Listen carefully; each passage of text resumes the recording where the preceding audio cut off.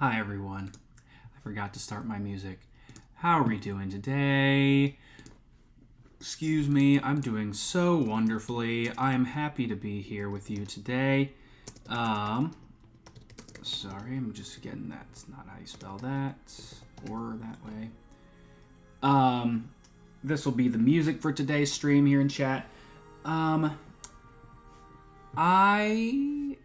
don't know what to say.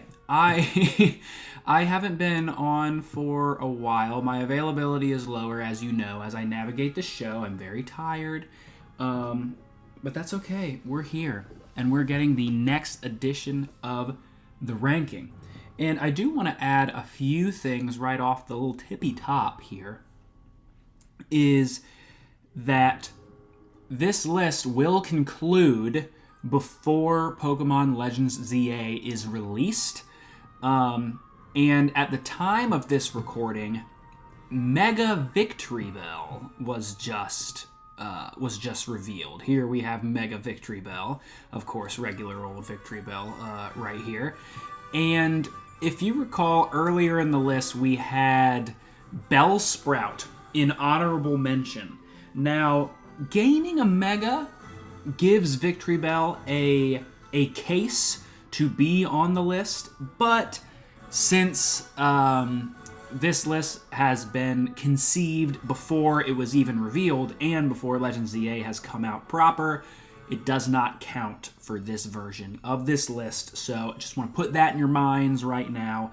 But in, a few months' time, Victory Bell will have a case to be on this list. And that being said, I have not seen any Legends ZA leaks, and I don't want to. I want to figure out things just when they are properly released by Pokemon or when the game comes out. And I'm very, very excited. But with that, let's just get right into the recap from last episode. Here at number 39, we had Espeon, one of my favorite Pokemon of all time. I might be willing to go so far as to say my second favorite Pokemon of all time. I adore Espeon. 38, we have Arcanine. 37, we have Palkia. 36, we have Dialga, just barely edging it. 35, we have Kyogre. 34, we have Groudon once again, just a small lead there. 33, we have Jigglypuff. 32, we have Psyduck, a couple silly icons. 31, we have Entei. And 30, we have Ho-Oh, the rainbow bird itself. So, we're going to get into the 20s today. That means that we have only 3 episodes left. I was doing math wrong early in previous episodes. We have the 20s, we'll have the 10s, and then we'll have the 1s.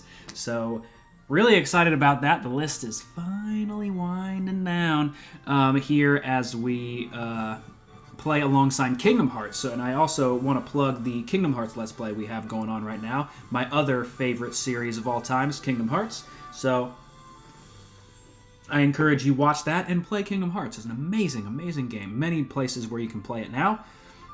Steam, console, whatever you want. Anyway, let's get into the list. We're moving to number 29 today.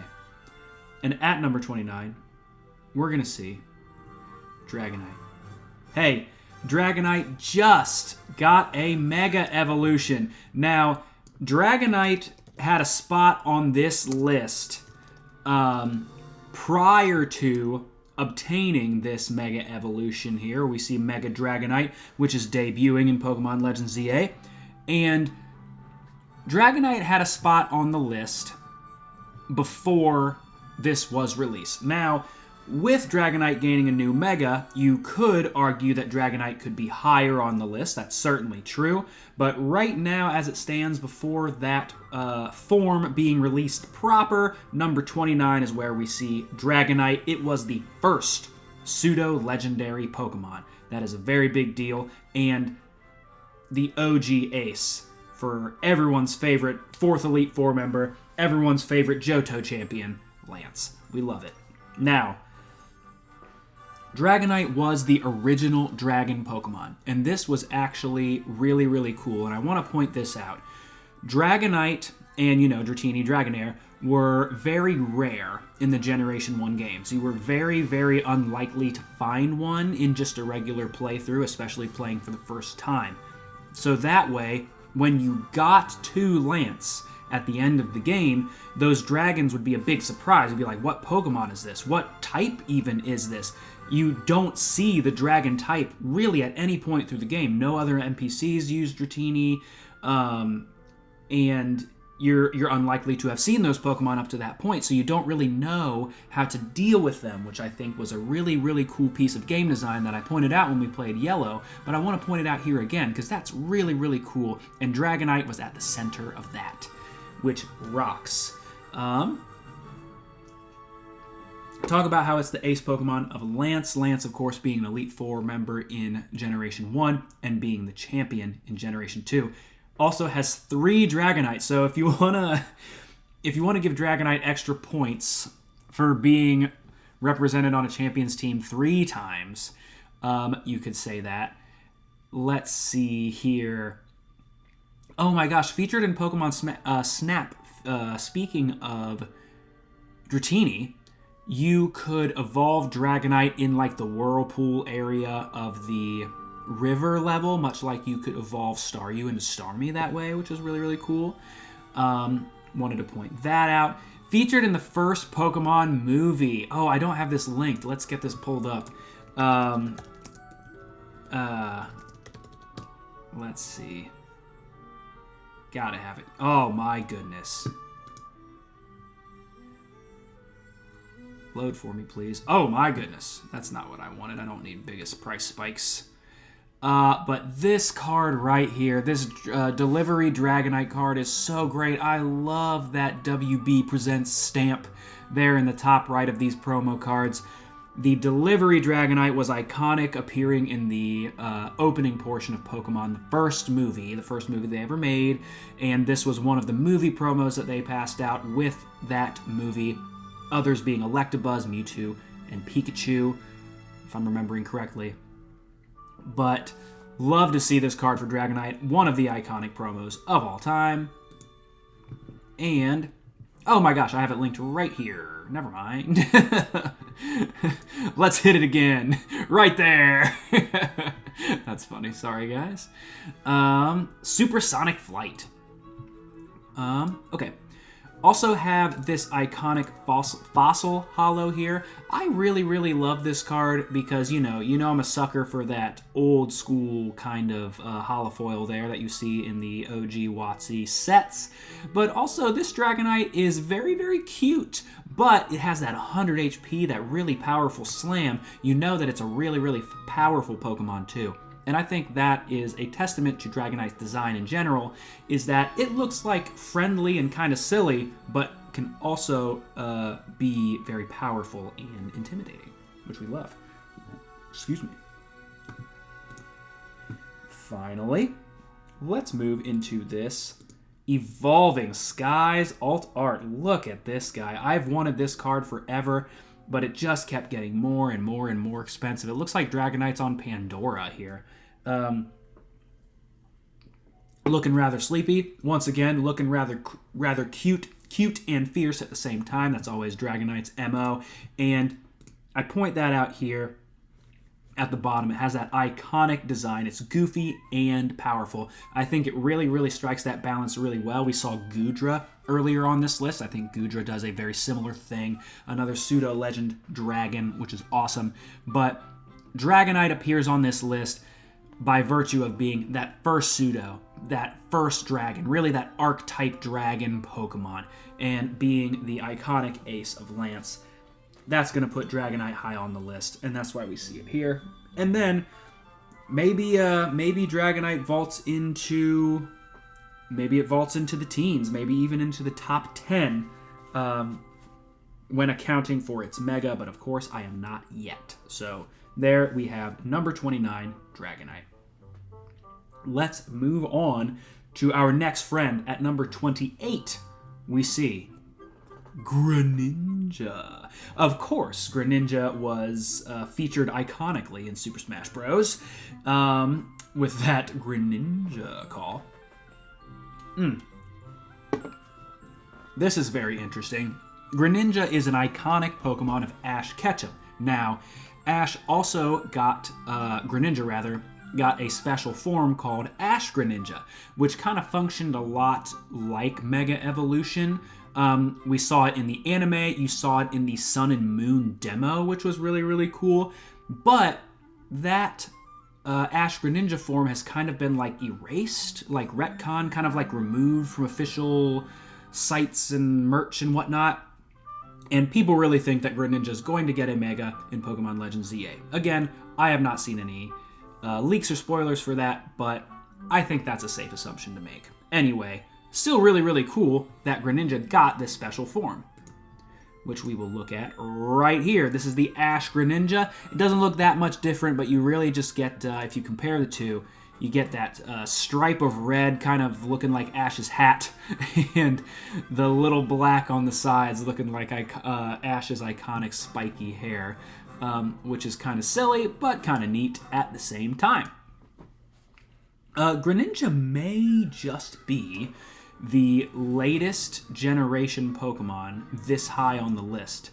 Don't quote me on that. We'll find out later, but very, very big accomplishment for it. It has become one of the iconic starters of all time in its relatively short time existing. Relatively, I say. Because it was a starter Pokemon in Pokemon X and Y, which debuted in 2013. Oh my lord, that's insane. You have the iconic design. The tongue scarf was something that I never really liked at first, but now it's just stupid enough. I don't know. It works. I think it works really well. You could call it polarizing, but I think it's really cool and dumb in a fun way. Mentioned being featured in Super Smash Bros. Got a really nice feature in the Detective Pikachu film, where it was kind of like the security system safeguarding where they did experiments on Mewtwo in that film. And again, I'll mention spoilers ahead for any Pokemon anything, so sorry about that. Now let's get into some of these great TCG cards. This promo right here, this along with the Kingdra that were found in, I believe, Shrouded Fable box collections, have really, really gone up in price, and for good reason. They are so cool. And I do want to point out this Greninja here. There is a Greninja in Twilight Masquerade that I think is worse than this Greninja, and that Greninja in Twilight Masquerade is far more expensive because, again, it is more rare, but I think this is the just the superior artwork, if you're asking me. You know what? I will give you all your opinion. What did I just say? Twilight Masquerade. Right here. So this is the Greninja EX from Twilight Masquerade. Very colorful. And again, if you're paying $250 for a Pokemon card, I would rather pay less for this one because I think this is a stronger artwork. But, you know, that's just me. Your mileage may vary, so decide for yourselves, folks. Also, let me know. Comment down below. All right, so we have that one. We have this Zoroark team-up card. Oh, so cool. They're both sitting in a tree, but they're not Kissing. They're just aura farming, as the kids say. Greninja and Zoroark. This card is so cool. I love the tag team cards. I really wish I would have purchased more back in the day, but alas. I do have some cool ones still, though. And then finally, we have this Gold Star promo. This was released with Celebrations, the 25th anniversary Pokemon card set. Really cool. This is not super crazy rare like the other Gold Stars from the EX era in Generation 3. This is kind of just an homage to that era because it's a promo card with the Elite Trainer box. And really one of the great modern promos. Really awesome. It's shiny, which rips. And Greninja, again, Greninja's main point is that it has made such a strong name for itself in, again, that relatively short amount of time that it has existed. So, number 28, we have Greninja. Let's move right along to number 27 on our list. We have Machamp. Machamp is the OG fighting type. It is the fighting type archetype. You see many key NPC trainers that use the fighting type use Machamp, most notably Elite Four Bruno, who is an Elite Four member in Generation 1 and Generation 2 and the remakes. You also see Machamp get a Gigantamax form when it is the ace of Gym Leader B in Pokemon Sword and Shield. So Machamp right there, that is a really, really strong resume. But let's continue. Yes, we say Elite Four Bruno Ace Pokemon 5 times because you see it in Gen 1, the Gen 3 remakes. You see it in Gen 2, the Gen 4 remakes, and in Pokemon Let's Go. He is Bruno's ace Pokemon.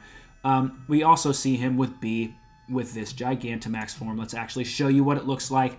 I don't really like it that much. I mean, it gets points for getting one, even if I don't like it that much. But this is the Machamp Gigantamax form. I mentioned, it is the fighting type Pokemon archetype. I want to say... No, I think Mankey is the first one in the Pokedex proper.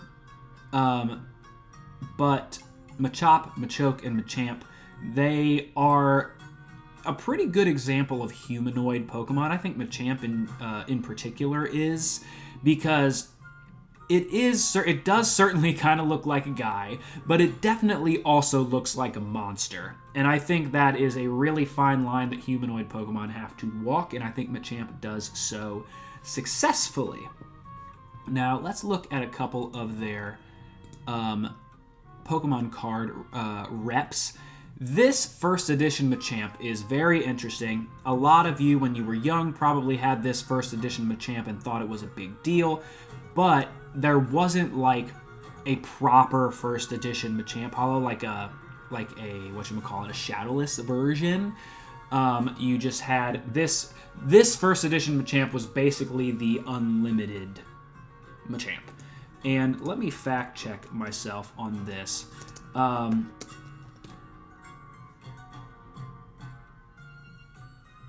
We do have base set. Oh, this was a deck exclusive, pardon me. So you could get a Shadowless Machamp as a deck exclusive, but not in the set proper.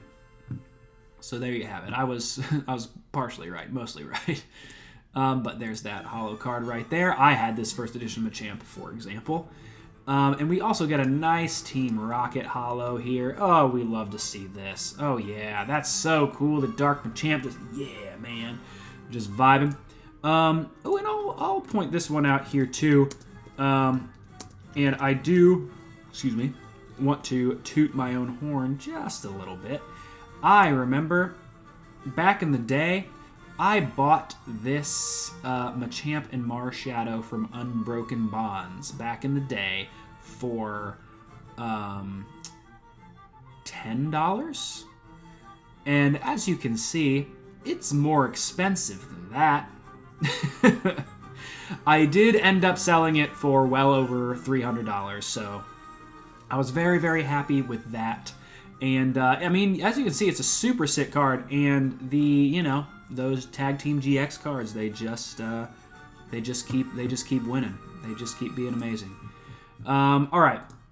Oh yeah, playable in Pokémon Tournament, which is really awesome. I think Machamp was one of the marketed Pokemon for Pokémon Tournament. Lucario, Pikachu as well. They were kind of like the faces of that game, which again, Machamp, face of the fighting type, really, really awesome.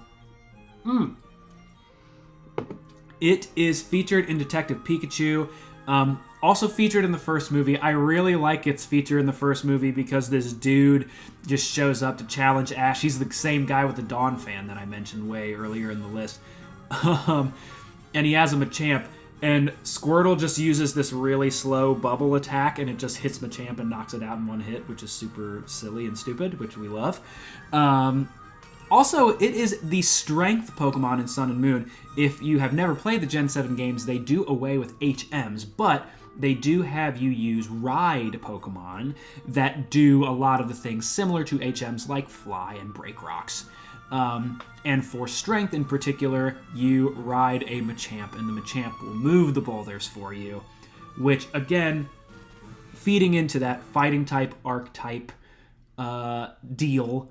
Also has cross chop. I believe that was a signature move when it debuted in Generation 2, if I'm not mistaken.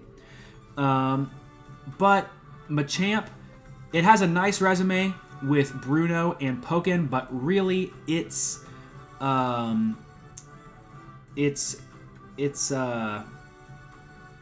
what's the word? Presence in the zeitgeist is mostly what has it up here at number 27. Everybody knows who Machamp is.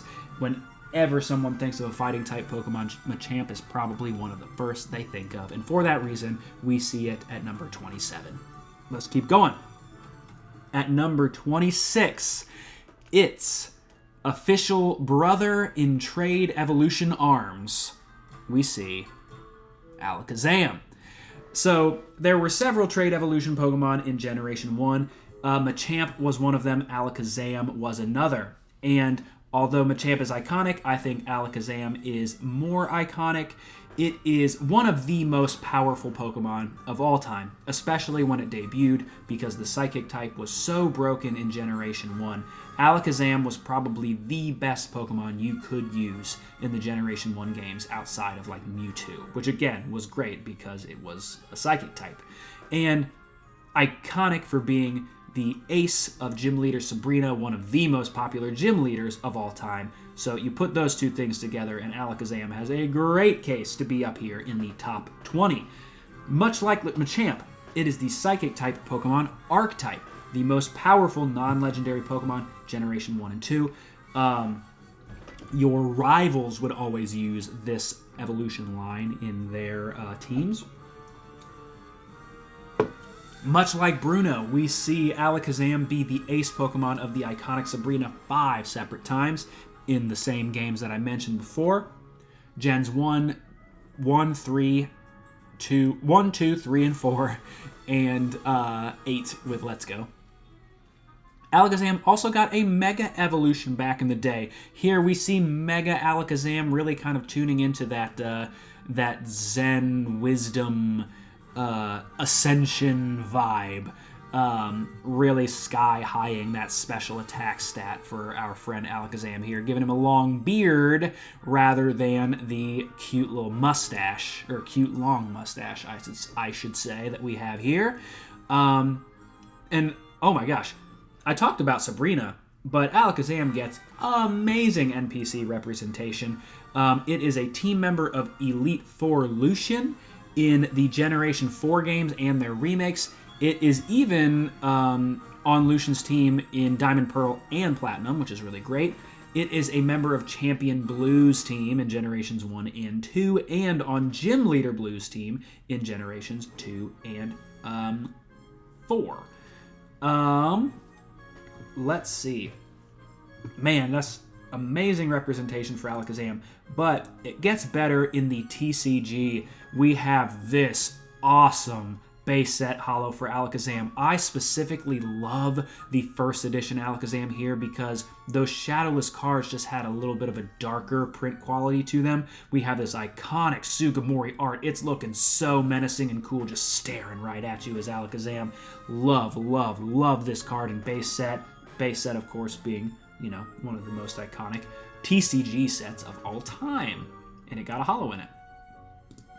Now, we also see Alakazam get a nice dark Alakazam in the Team Rocket set, of course, from WotC, another Sugimori art. Very, very cool. We have this Gym Challenge holo. Speaking about its connection to Sabrina, the iconic connection, we have Sabrina's Alakazam. I really like this art. Love the, the electricity going between its spoons. And then finally, I wanted to shout this out. This is a rare, Japanese exclusive card. This is a Masaki. Is that it? Masaki, right? Yes. A Masaki card. These were the vending series cards. There were several Pokemon that got these, but not many that got holos. Alakazam got one Golem, I believe.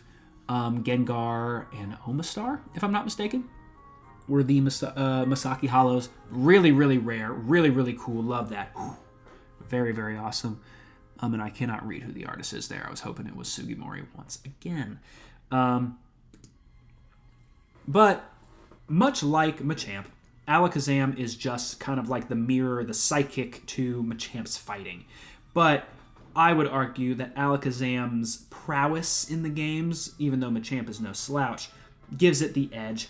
And being the ace Pokemon of a much more well-liked human character, I would argue, in Sabrina, and getting that Mega Evolution over the Gigantamax form, I think Megas are more well-regarded.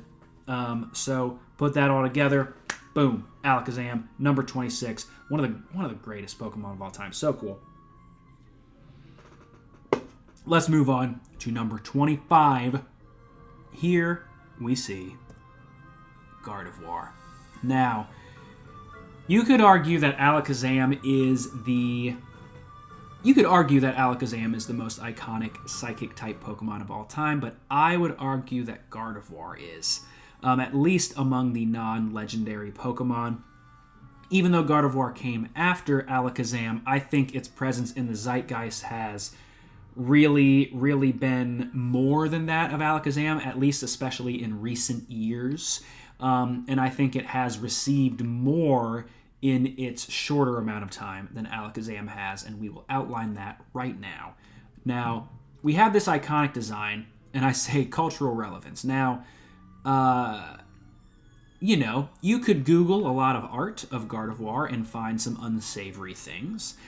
I do not think Gardevoir does have a kind of humanoid design, but I think Gardevoir certainly looks like a Pokemon. It does not look like a weird human thing. To me, some people are pervs, kiddos. Anyway, it did gain a split evolution later. We talked about Gallade earlier on the list. Also got a Mega Evolution. Love this Mega Evolution of Gardevoir, looking super, super just elegant and awesome. Very, very cool. And this Mega Gardevoir was actually the ace Pokemon of a champion in the Generation 6 games, of course, in Pokemon X and Y. And that's really relevant because, to my knowledge, just kind of scanning, I guess that's not completely true. I was going to say it's the only champion that does not use a Pokemon from their region, but in Gen 2, Lance, of course, uses Dragonite, and that's not a Gen 2 Pokemon. But this felt significant when it came out in 2013. In addition to its Mega Evolution, it got a Paradox form in Pokemon Scarlet and Violet. Now, I mentioned this with Gallade. This is really kind of a mix of Gardevoir and Gallade for its Paradox form, Iron Valiant. I think this is such a cool Pokemon, incorporating elements of both of them, which we love. Gosh, really looking cool and menacing. Champion Diantha, ace Pokemon, which we love. We talked about that. Rival Wally, ace Pokemon. Now, Wally being your rival in the Gen 3 games, he is a weak, meek little boy when he catches his Ralts outside of Petalburg City, but he trains that thing up and he finally challenges you in Victory Road, and he has an awesome Gardevoir.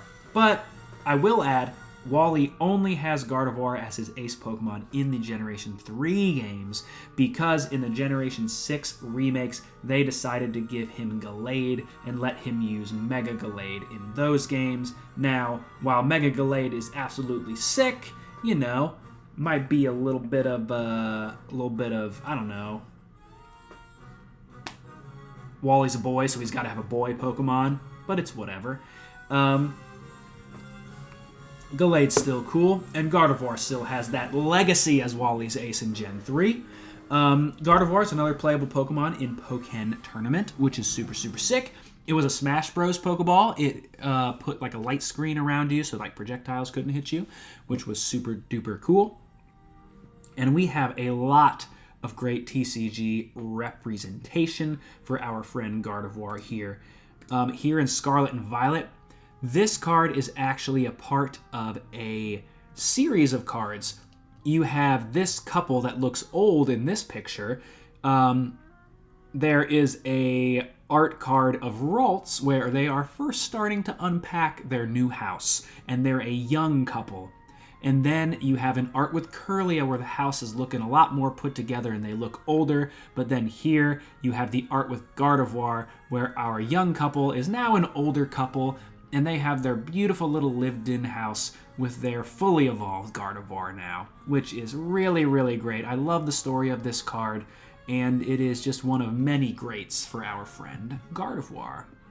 And let's show you the other ones. Ooh, here we have Paldean Fates. Love this art from Paldean Fates. I have coveted this card for quite some time. I would really love to pick it up at some point. And of course, if you look over here, you have this cute little Wooper there in the corner just going like, wow, Gardevoir is so beautiful. And of course, here Gardevoir is shiny with that blue coloration there. And finally, the last card I have here for Gardevoir is this one from Unbroken Bonds. Oh, so cute. Gardevoir and Sylveon GX. Oh, we love to see this. I wish I would have pulled this. I did pull a full art version of this card, but not the more rare alternate art version. Would love to have this card now. Love, love, love. So cute. But I would be remiss if I did not mention the new Mega Gardevoir card that is out in Mega Symphonia in Japan. It will be in the Mega Evolution set here in English. But, I might have to Google this. Not Google, you know what I'm saying.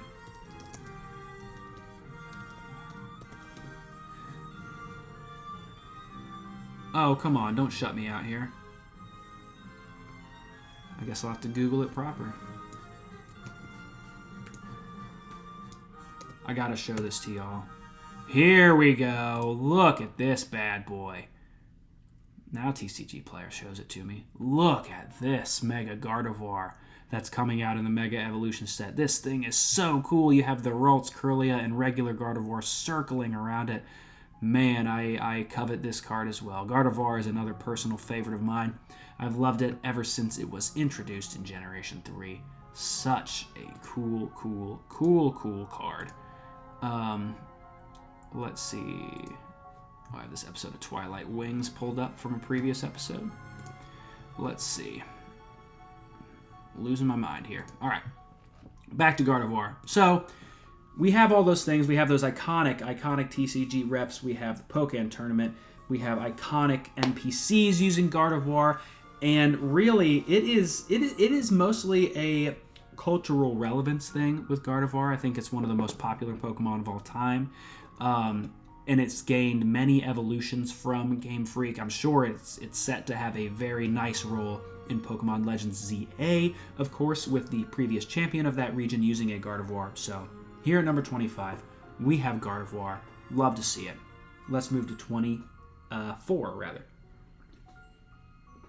At number 24, we have Celebi. Another personal favorite of mine. I absolutely love most Generation 2 Pokemon, and I love Celebi so much.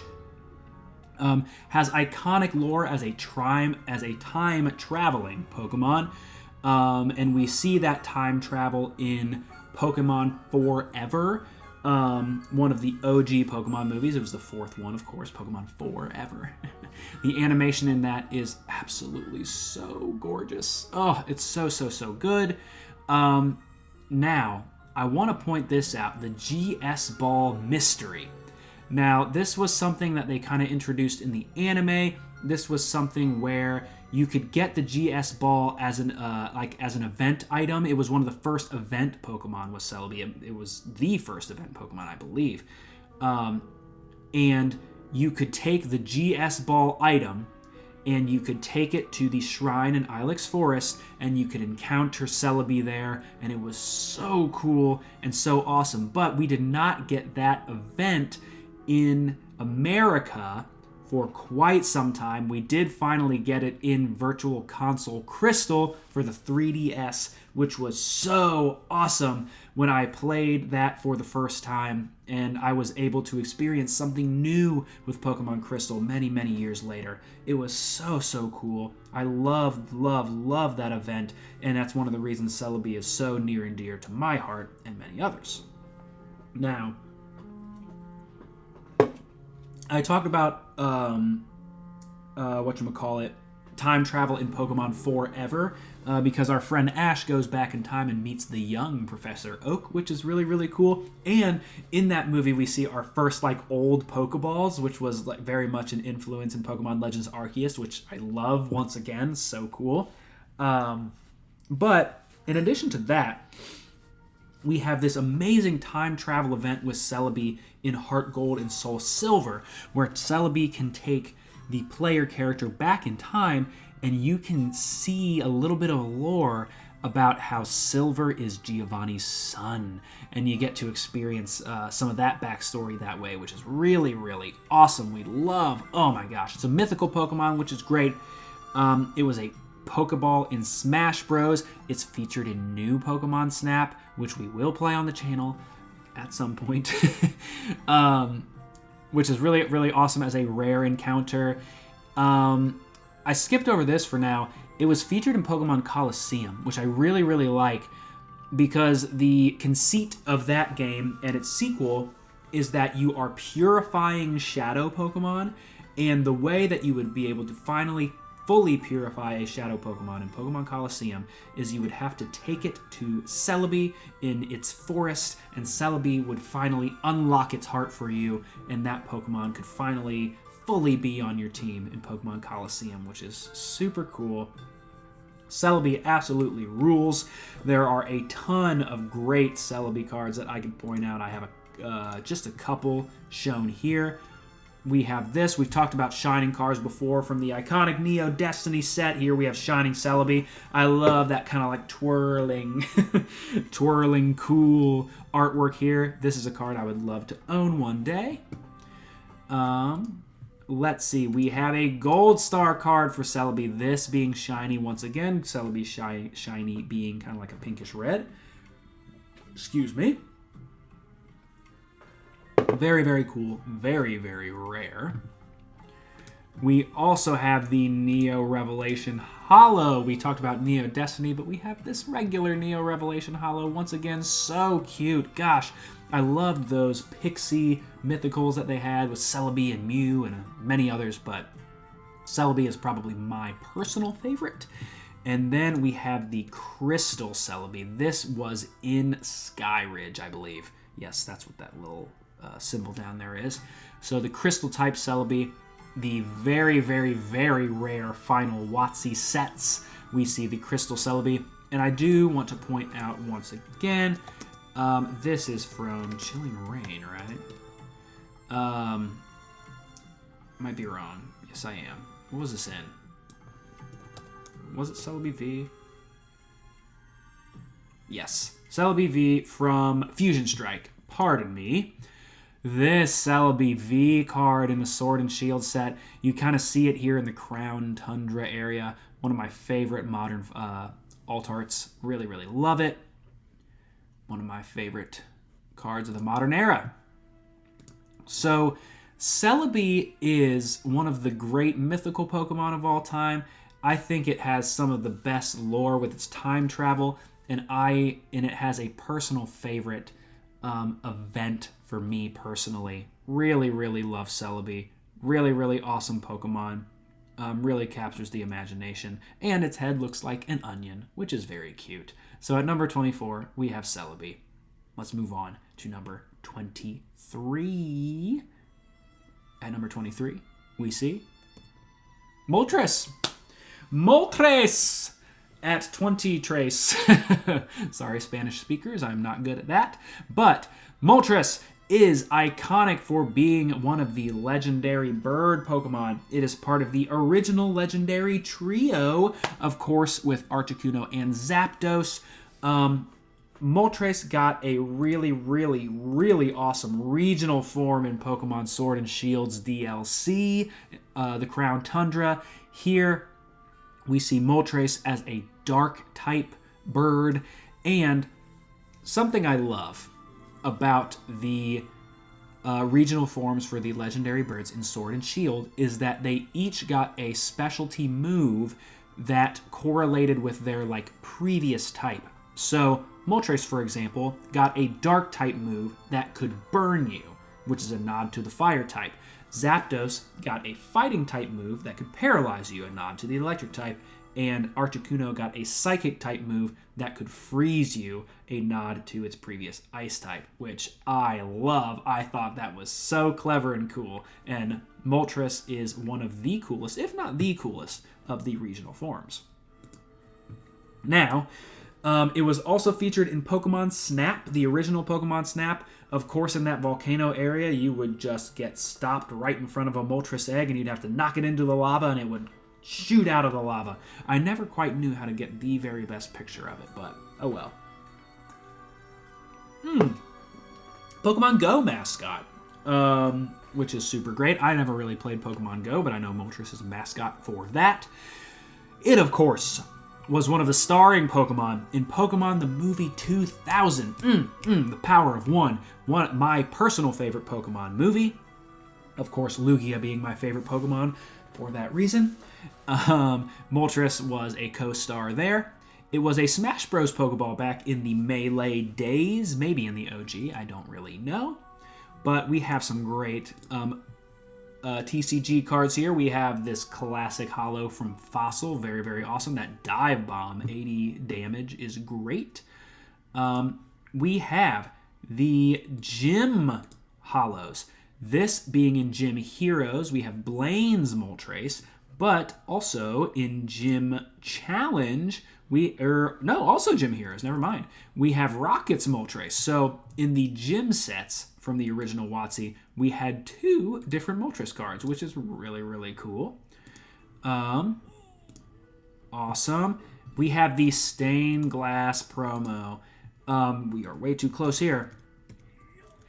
This promo right here is, I think, maybe one of the best modern promos ever. This artwork is so beautiful, captures the imagination so well. It was the poster child of the Hidden Fates set, which I think is one of the big kind of hype sets that really kind of launched Pokemon into its new stratosphere in the TCG. And Moltres, right here in the center, is one of the cover stars of that explosion, which we love to see. Now, Moltres gets a lot of credit as being a legendary Pokemon in that original trio. That in the movie 2000 is what sees it so high on this list. I would be remiss if I did not point out this new Rocket's Moltres that was introduced here in the Destined Rivals set. Very, very awesome. Team Rocket's Moltres, excuse me, EX. We see Moltres with Archer here. Very, very sick. Really, really awesome artwork here. But you put all that together, and that's why we see Moltres here at number 23. At number 22, we have our friend Articuno. So I decided to put Articuno above Moltres because I believe it is a widely held belief that Moltres probably has the weakest design of the original legendary birds. Many people like to point out that without the fire, it's just a rubber chicken. And they're not entirely wrong. So I have Articuno ahead of Moltres. I think it has just a little bit of a stronger design, kind of more elegant, more mysterious and cool. Also, in the OG Pokemon games, Moltres was just found in Victory Road, whereas Articuno had its own really awesome dungeon in the Seafoam Islands, complete with its own cool strength water current puzzle. Really, really awesome. And I mentioned that here, the iconic puzzle in the Seafoam Islands. Really, really great. Again, it's going to have a lot of the same bullet points as Moltres. We have the regional form. I pointed out, love kind of like the laser specs on our psychic type Articuno here. So cool. I remember really struggling to find this one in the Crown Tundra. Now, let's see. Pokemon Snap, Pokemon Go, 2000 once again. Articuno gets its own great fossil holo right here. I have a beautiful little memory of going on vacation with my family, and I was always really excited because we would go to this huge flea market, like one of the biggest flea markets in America, I think. I don't know. Anyway, really, really big flea market my family liked to go to, and there was a stall that would sell Pokemon cards, and this was probably before it was like a huge thing. And I remember really, really wanting this Articuno card, and I remember finding it at a stall in that flea market, and I remember being really, really, really excited to spend some of my souvenir money on this Articuno. That was a really, really great memory for me. But again, Articuno has a near identical resume to Moltres.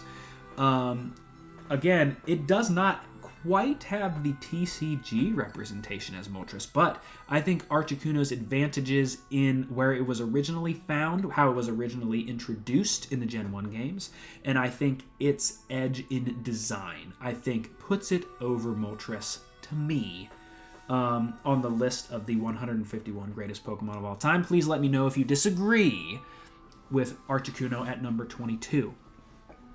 But at number 21, we have Zapdos. I think Zapdos, by a small margin, is the best, or the greatest, I should say, of the original 3 legendary birds. There are a few reasons for that, and it's not just that Zapdos was my personal favorite when I was a child and it was introduced, but it has one big thing going for it that I will point out. Now, it's part of the legendary trio. We have its regional form here. I mentioned that it's a fighting type. Gets this awesome kind of like big claw ostrich vibe to it. Doesn't really fly anymore in its regional form. Really, really sick. Now, again, right here. Original TCG base set holo.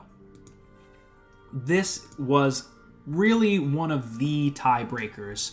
This card right here, I think, was the tiebreaker for Zapdos over Moltres and Articuno, because Zapdos got a holo in the OG base set. As you can see here, we have that beautiful Shadowless. We have the 100 damage Thunderbolt sitting there, and the 60 damage Thunder, which is interesting. But this card, certainly iconic, and just getting a base set holo. I have said from the beginning of this list, it's going to do a lot for you, and Zapdos was definitely a beneficiary of that. And while arguable, I think Zapdos has perhaps the strongest design. I think it is evocative of the electric type without being too silly.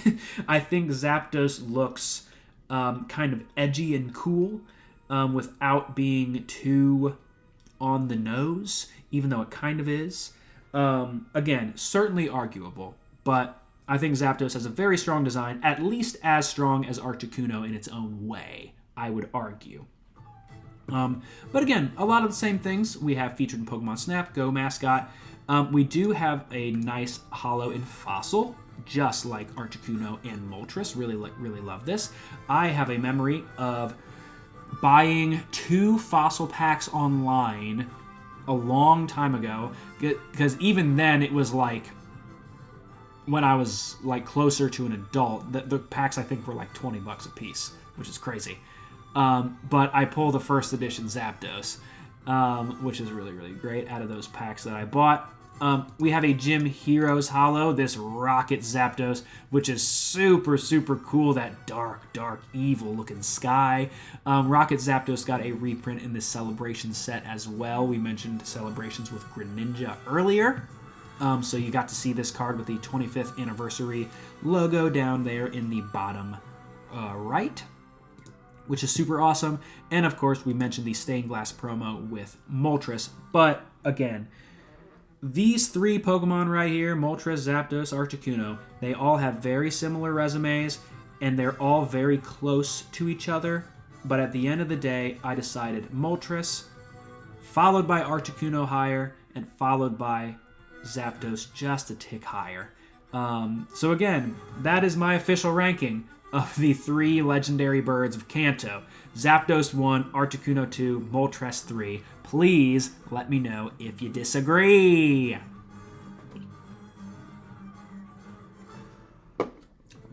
with that, we have but one entry remaining here on our list. It kind of snuck up on me because talking about these three was kind of, kind of 3 in 1 there. But I did decide that they had just enough separating them to not include them in one entry like I've done with others. But let's go ahead and move along to number 20 on our list. We are officially entering the top 20, which is crazy. And here we have an entry which you might not expect, but then again, we'll probably expect. Here at number 20, we have Meowth. Meowth is definitely one of the most iconic Pokemon of all time. Look no further than the Pokemon anime, where Team Rocket's Talking Meowth was one of the icons of the show and one of the icons of the Pokemon franchise in general. Meowth certainly deserves to be this high, especially considering its two regional forms, which we will get into. So, iconic Pokemon of Team Rocket, Meowth is not just a Pokemon character. It is literally, it's treated as a human character in the Pokemon franchise, which is really, really interesting and really kind of vaults it above a lot of the other Pokemon that appear in the show. It is Team Rocket's Jesse and James's ace Pokemon in Pokemon Yellow specifically, which we played. We love to see. And I do not remember if it's their ace in Let's Go. Someone remind me, please. Someone remind me down below if Meowth belongs to Jesse and James in Let's Go. Now, we mentioned Meowth's two regional forms. The first regional form it got was right here in Alola. This is the Dark-type Meowth that was introduced in Generation 7. I really like this Meowth. The Alolan Persian was a little bit more polarizing. We talked about that a little bit, but I think this is cute. They got that Dark-type. But I think the more interesting regional form for Meowth is this one. This is Galarian Meowth.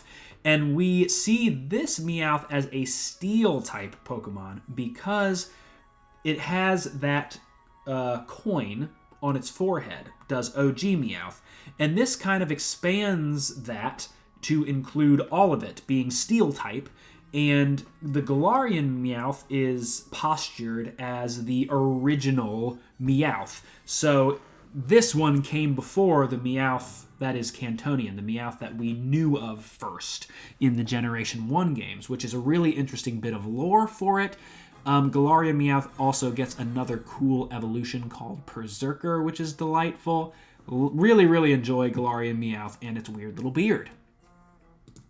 Now, Meowth also got its own Gigantamax form. Persian did not get a Gigantamax form, but Meowth did. We have this long cat Meowth thing going on here.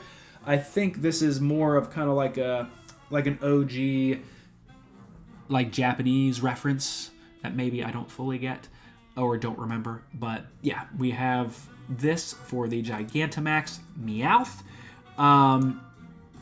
Oh yeah, I mean, a series mascot. It's anti-Pikachu in the anime. It's kind of like a counterpart to Pikachu in that way. We also have the Team Rocket balloon with the Meowth's little paw there, which is super cute and funny. Featured wonderfully in Pokemon Snap. You could see it dancing around, which is really, really great. You could see it get attacked by a Pidgey, which is also very delightful. Like many of the other cute mascot Pokemon and starter Pokemon, it was featured in Pokemon Mystery Dungeon. Now, talk about some iconic Meowth cards. We have this great one from Jungle. This is the Meowth rookie card, at least in terms of set cards. Really, really nice. Love the purple there and the Arita artwork. And we have this green promo. I do not remember exactly how this card was distributed, but it was the 10th Wizards of the Coast Black Star promo, and an iconic card in its own right. I don't think... Did Meowth get a Scream promo? Pardon me. I don't think it did, yeah. But Meowth got some really cool cards. It got a nice illustration rare in Pokemon 151. We have this other great Team Rocket's Meowth WotC promo. Let's see. Yeah, here's that Meowth card right there, which is delightful. Really, really great. And then again, it was a featured Pokemon of Team Rocket in the anime, but it was also featured in several films with Team Rocket. A lot of those, I should say, of those iconic OG Pokemon films, first movie 2000, Meowth was featured with Team Rocket, so Meowth appears in all of them. It's kind of like the Wario to Pikachu's Mario in some ways, at least when it comes to the anime. So I think Meowth is more than deserving of a spot in the top 20 in the 151 greatest Pokemon of all time. Oh my gosh, this has been delightful tonight, guys. Thank you so much for watching. Thank you for watching after the fact on YouTube. And again, please make sure to comment your opinions of my list. I'm excited to see what you think of my ranking of the regional birds from Kanto. Again, we will be finishing this list before Pokemon Legends ZA is released, which excites me greatly. And after we finish this list, we may or may not be starting our next Pokemon adventure here on Silver Cave Gaming. But with that, I hope you all have a great night. I hope you have a great rest of your week. Wish me luck as we get to the home stretch of preparation for the show that I am in. And once that gets up and running and once that closes, I should have more time to spend with you all discussing our favorite video games and playing our favorite video games. So thank you for being here. Thank you for watching as always. And until next time, peace, kids.